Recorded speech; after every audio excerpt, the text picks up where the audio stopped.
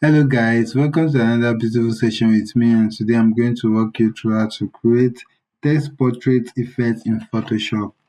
So if you are new to my channel, kindly subscribe to my channel and turn on the notification bell to get notified whenever I post some video like this. This video will be very short, and just stay tuned and make sure you watch this video to the end. Let's get it started.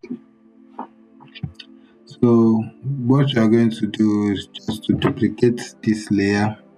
Ctrl J to duplicate, and we go to filter, then we go to blur, then we go to Gaussian blur, then we keep it at 10, then we click OK. So what you are going to do next is just to go to our file, and we are going to save as. I've done this before, so I may not need to save it. I can save it as map. So this is already here, so I won't bother myself to do it. So let's continue. So when we are done with this, we are just going to delete this layer. Then we go to our file. Then we are going to drag the text in. We are going to drag it here. Then we are going to adjust it.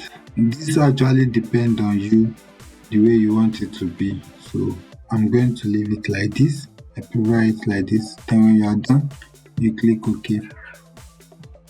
Then we go to filter, then we go to distort, then we go to display. This setting, make the horizontal scale and the vertical scale 10 by 10. Then when you are done, click OK.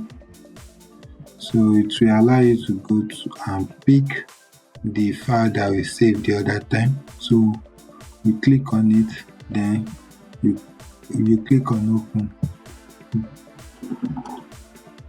We're going to our adjustment layer and create a solid color. Then we make it black. We click OK.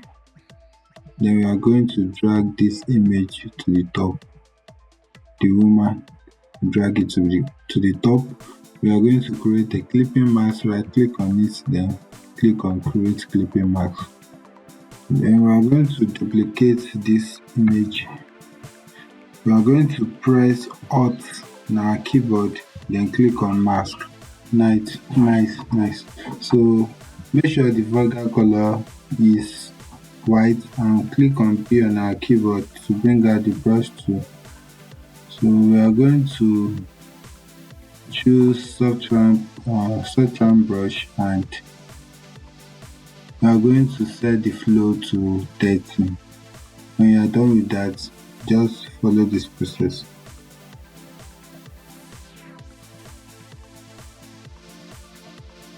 Alright, and that's all. I hope you are able to gain value from this video. Please don't forget to like, share, and also comment how you feel about this design.